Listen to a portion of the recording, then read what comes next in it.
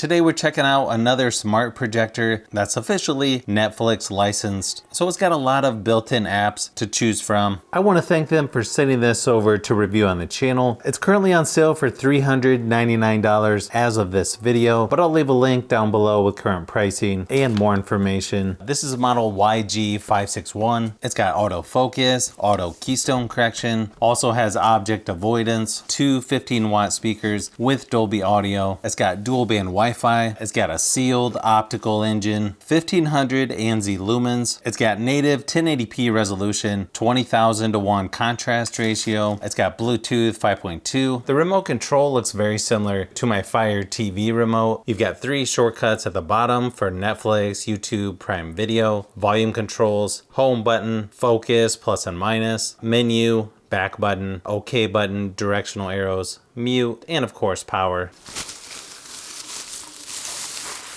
Actually has pretty nice build quality. Sort of a speaker grill here on the front, a little bit of fabric material across the bottom and on the top. Also comes with a lens cap. Of course, your remote control sensor. You can see the speaker on each side and some ventilation as well.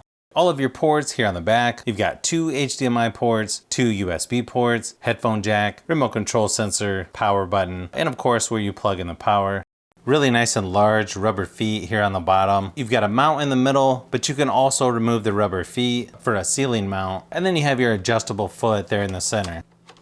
Overall, really nice build quality. Definitely better than I was expecting. Now, setting up this projector is a pretty simple step-by-step process. You've got keystone correction. You can set up Wi-Fi now or do it later in the settings. You have your app shortcuts there on the home screen. Actually looks pretty similar to some other Netflix projectors that I've looked at. You can also adjust the focus right on the remote control if you need to as well. If you choose inputs on the remote, here's what it looks like down there at the bottom. You'll notice the settings on here look very similar to most other Google TV devices, and there's a lot of things that you can adjust, from network to Bluetooth, picture, display, and sound, system settings. There's probably way more settings than most people will mess with, but it's always nice to have in my opinion. You also have different picture modes to choose from, although I think it looks pretty good on the default setting. Probably the biggest surprise to me was just how good the picture quality is. The colors look more natural on this one compared to some of the others I've tested. It has good contrast. It's plenty bright enough to where you could use this with some lights on, but of course it looks best once all lights are turned off. It also has really good viewing angles as well, so you don't necessarily have to sit directly in front of it. I think the quality on this one is right in line with some of the others I've tested, like the Yaeber Ace K1 and Altamia Apollo P40 projectors. It's just got really good value, especially if you get it while it's on sale. Now, to me, there is one downside to a projector like this, and that's when they advertise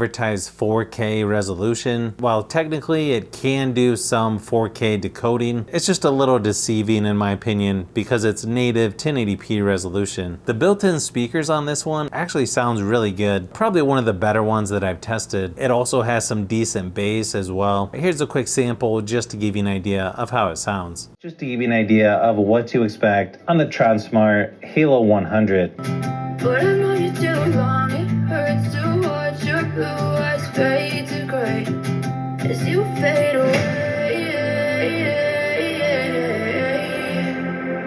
as you fade away, as you fade away.